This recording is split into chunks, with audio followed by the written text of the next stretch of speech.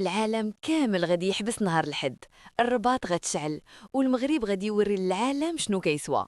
هادي ماشي غير كرة، هادي شمعة تاريخية غادي تضوي القارة كاملة. من قلب العاصمة الرباط، المملكة اليوم واجدة باش تبهر كل شي وتثبت باللي هي مولاة الدار في أكبر عرس إفريقي. حفل الافتتاح غادي يكون خيالي في المركب الرياضي الأمير مولاي عبد الله، اللي ولا اليوم معلمة عالمية. توقعات كتقول باللي غادي نشوفوا عروض عمرنا ما حلمنا بها.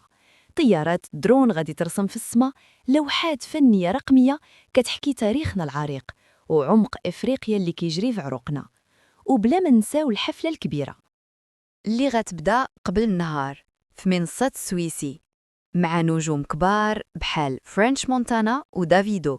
المباراة الافتتاحية غادي تجمع أسود الأطلس ضد جزر القمر، والجمهور ميت بالتشويق باش يشوف أسد التميمة الرسمية ديال هاد البطولة. هاد النسخة زايدة حلاوة حيت كتلعب في وقت احتفالات راس العام، وهاد الشي عاطيها طعم خاص بزاف. حتى الكرة الرسمية اللي سميتها إتري هي مزيج بين التكنولوجيا وبين التراث المغربي الأصيل. ولكن السؤال الحقيقي اللي كل شي خايف منه، واش التنظيم غادي يكون في مستوى هذا الحفل الأسطوري، ولا الزحام والمشاكل غادي يخسروا لنا الفرحة؟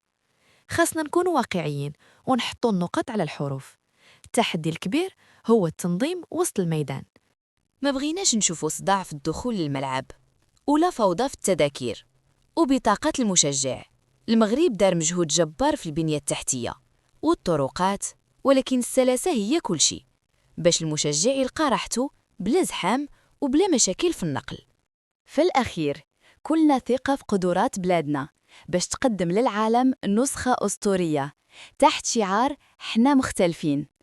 المغرب اليوم كيدير بروفة حقيقية المونديال 2030. انتوما شنو كيتوقعوا لنتيجة ماتش الافتتاح؟ واش غادي يكون أحسن حفل في تاريخ الكان؟ خليوا لنا الرأي ديالكم في التعليقات.